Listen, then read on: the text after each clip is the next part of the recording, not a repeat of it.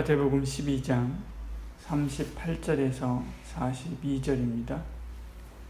그때 서기관과 바리새인 중 몇 사람이 말하되 선생님이여 우리에게 표적 보여주시기를 원하나이다. 예수께서 대답하여 이르시되 악하고 음란한 세대가 표적을 구하나 선지자 요나의 표적밖에는 보일 표적이 없느니라. 요나가 밤낮 사흘 동안 큰 물고기 뱃속에 있었던 것 같이 인자도 밤낮 사흘 동안 땅속에 있으리라.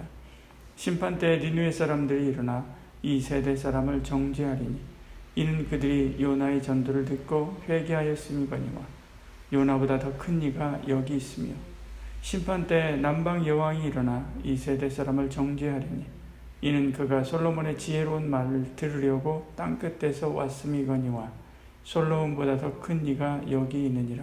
아멘. 바알세불 논쟁을 하던 서기관과 바리새인 중 몇 사람이 돌연 메시아라면 그에 따른 표적을 우리에게 보여달라라고 말합니다. 38절에 말씀하죠. 선생님이여 우리에게 표적 보여주기를 원하나이다 말씀합니다.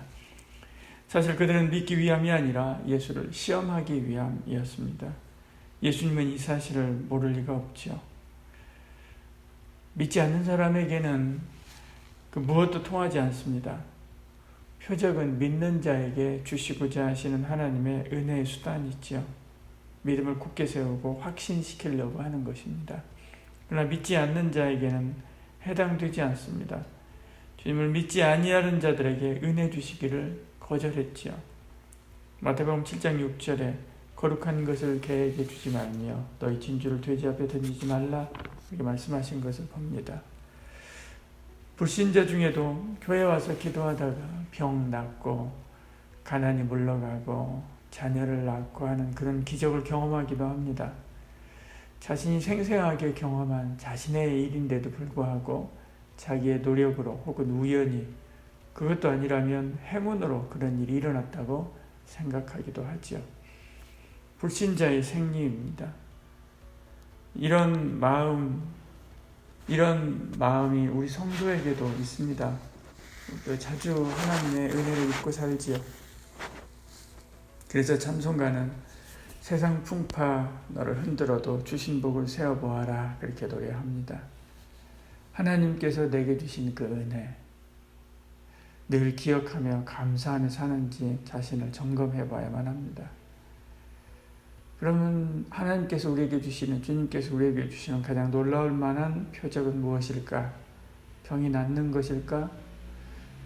죽는 자가 살아나는 것일까? 전쟁에서 이기는 것일까? 어려움에서 이겨내는 것일까? 아닙니다. 주님은 요나의 표적이다 라고 이야기하죠. 39절부터 41절까지 말씀이 그겁니다. 악하고 음란 세대가 표적을 구하나 선지자 요나의 표적밖에는 보일 표적이 없느니라 그렇게 말씀합니다. 요나가 물고기 뱃속에 들어갔다가 다시 살아난 것처럼 주님도 십자가에서 죽으시지만 다시 살아나셨습니다. 십자가와 부활이지요. 이보다 더 확실하고 큰 표적은 없습니다.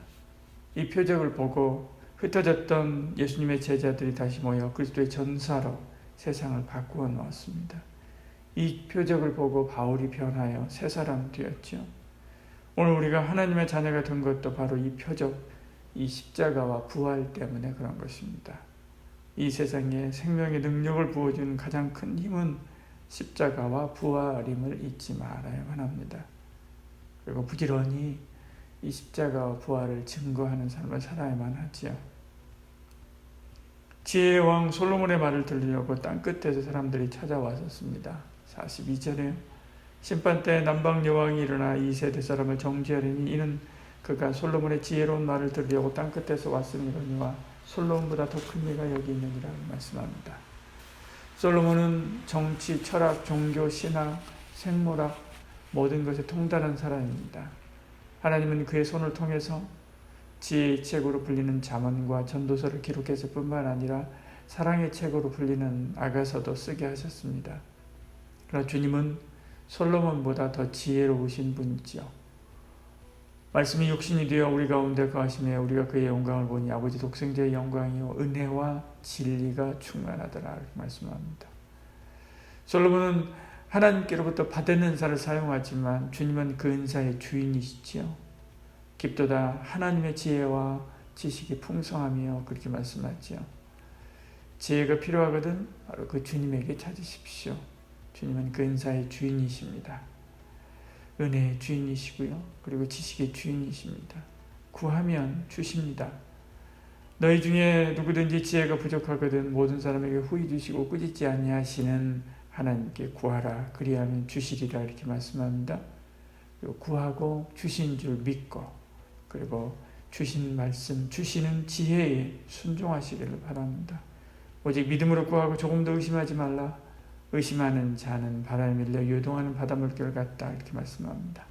한 주간도 내 지혜 내 생각 의지하지 말고 하나님 의지하고 하나님이 주시는 그 지혜 하나님이 주시는 말씀 붙잡고 믿음으로 승리하는 저와 여러분 되기를 축복합니다.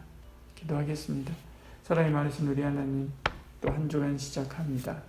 하나님께서 은혜 베풀어 주시사 하나님 주신 그 지혜로 하나님이 우리에게 보여준 그 표적 붙잡고 나아가 승리하는 저희들 되게 하여 주시옵소서. 어려운 시기지만 1, 2, 3 기도로 하나님 앞에 나아가며 기도할 것입니다. 하나님 우리 모든 성도들의 기도를 들어주시고 응답하사 놀랍게 역사해 주시옵소서. 예수님 이름으로 기도합니다. 아멘.